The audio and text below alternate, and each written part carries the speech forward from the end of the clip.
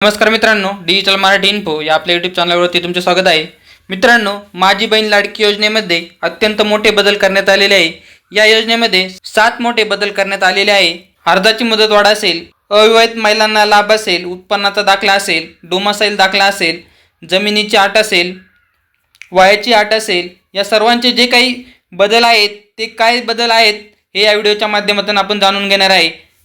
तर व्हिडिओ नक्की शेवटपर्यंत पहा व चॅनलवर नवीन असाल तर चॅनलला सबस्क्राईब करून ठेवा, म्हणजे असेच नवनवीन माहितीपूर्ण व्हिडिओज आणि अपडेट तुम्हाला लगेच भेटत राहतील। आपला व्हॉट्सअप ग्रुप आणि टेलिग्राम ग्रुप नक्की जॉईन करून ठेवा, त्याची लिंक मी डिस्क्रिप्शनमध्ये दिलेली आहे, तिथून तुम्ही सर्व अपडेट घेऊ शकता। चला तर मित्रांनो, व्हिडिओला सुरुवात करूया। तर मित्रांनो, तुम्ही येथे पाहू शकता, मुख्यमंत्री माझी लाडकी बहीण या योजनेच्या संदर्भात निवेदन करू इच्छितो। या योजनेत पहिला जो बदल करण्यात आलेला आहे तो म्हणजे सदर योजनेत अर्ज करण्याची मुदत दिनांक 1 जुलै 2024 ते 15 जुलै 2024 पर्यंत ठेवण्यात आली होती। आता या मर्यादेत सुधारणा करण्यात येत असून आता सदर मुदत 2 महिने ठेवण्यात येत असून ती दिनांक 31 ऑगस्ट 2024 पर्यंत लाभार्थी महिलांना अर्ज करता येईल। तसेच दिनांक 31 ऑगस्ट 2024 पर्यंत अर्ज करण्यात आलेल्या महिलांना देखील दिनांक 1 जुलै 2024 पासून दरमहा 1500 रुपये लाभ दिला जाणार आहे। या योजनेतला दुसरा जो बदल आहे तो म्हणजे या योजनेच्या पात्रतेमध्ये आदिवास म्हणजेच डोमासाईल प्रमाणपत्र आवश्यक असल्याचे नमूद करण्यात आले होते।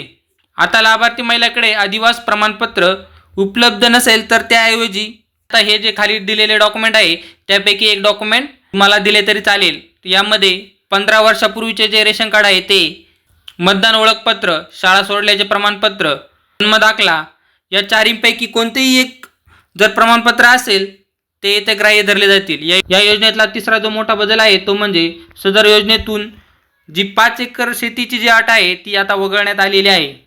या योजनेतला चौथा जो बदल आहे तो सदर योजनेत लाभार्थी महिलांचा वयोगट 21 ते 60 वर्ष वयोगटाऐवजी आता 21 ते 65 वर्ष वयोगट करण्यात आलेले आहे, म्हणजेच 5 वर्षांनी आता याची वयोमर्यादा वाढवण्यात आलेली आहे। या योजनेतील 5वा जो बदल आहे तो म्हणजे परराज्यात जन्म झालेल्या महिलांनी महाराष्ट्रातील आदिवास असणाऱ्या पुरुषांबरोबर विवाह केला असेल तर अशा बाबतीत त्यांच्या पतीचे उत्पन्नाचा दाखला किंवा शाळा सोडल्याचे प्रमाणपत्र किंवा आदिवास प्रमाणपत्र ग्राह्य धरण्यात येणार आहे। त्यानंतर 6वा जो काही बदल आहे तो म्हणजे 2.5 लाख रुपये उत्पन्नाचा दाखला जर उपलब्ध नसेल तर ज्या कुटुंबाकडे पिवळं रेशन कार्ड किंवा केसरी रेशन कार्ड असेल त्यांना उत्पन्नाच्या दाखल्याच्या प्रमाणपत्रातून सूट देण्यात आलेली आहे। आणि 7वा जो काही मोठा बदल आहे तो म्हणजे सदर योजनेत कुटुंबातील एका पात्र अविवाहित महिलेला सुद्धा या योजनेचा लाभ देण्यात येणार आहे, म्हणजेच जर 21 वर्ष वय पूर्ण झालेलं असेल आणि ती महिला अविवाहित असेल त्यांना सुद्धा आता या योजनेचा लाभ घेता येईल। तर मित्रांनो, हा महत्त्वपूर्ण व्हिडिओ आपल्या मित्रांपर्यंत नक्की शेअर करा। धन्यवाद।